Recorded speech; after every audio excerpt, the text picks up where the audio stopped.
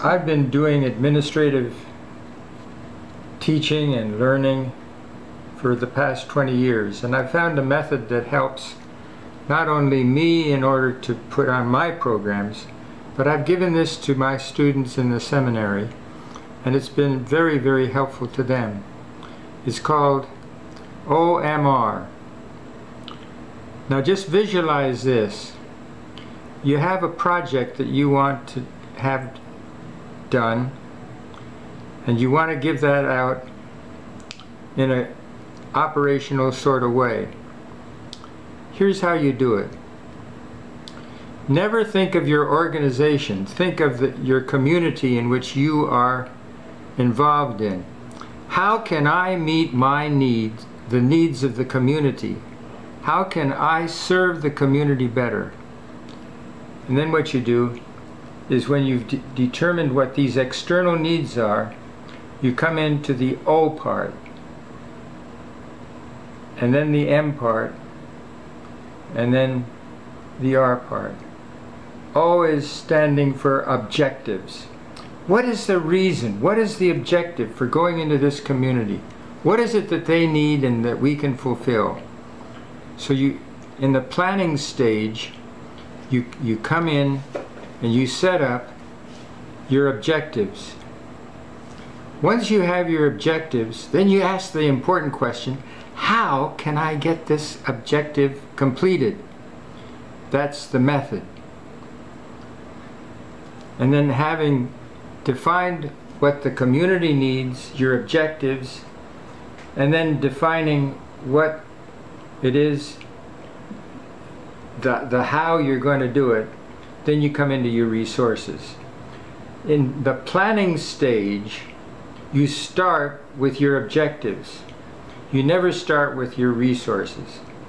I've seen people who get a grant for, say, 100,000 rupees, good, and they just stay with that as a start. But frankly, you need to start with what it is that you're going to do, and the last thing you determine is your resources. God's going to provide you with the resources. Now maybe it'll have to start on a smaller scale and get up.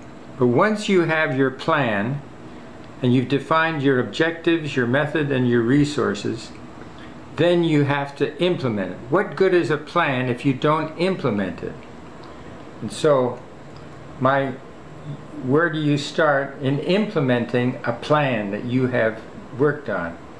Now you start at the bottom at your resources. You engage the resources. You get your people, you get your money, you get your building, you get your materials. And from there, once you determine that you have those things, then you go to your method. How now you're going to use those resources in order to meet your objective.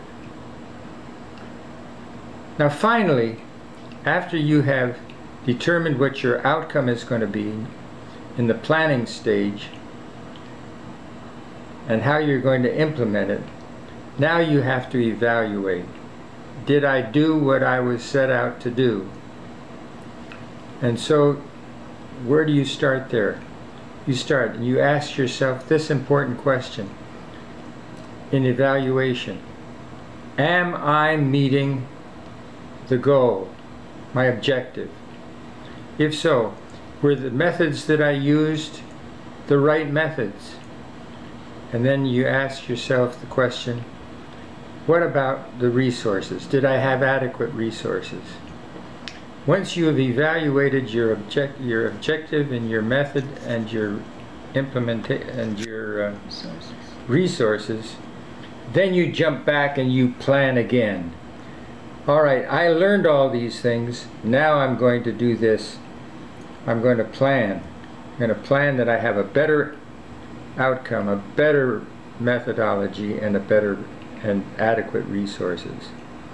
Now that, in a nutshell, has been very helpful to me, so that I can plan, implement, and evaluate. Evaluate my objectives, evaluate my methods, and evaluate my resources. I hope this has been of help.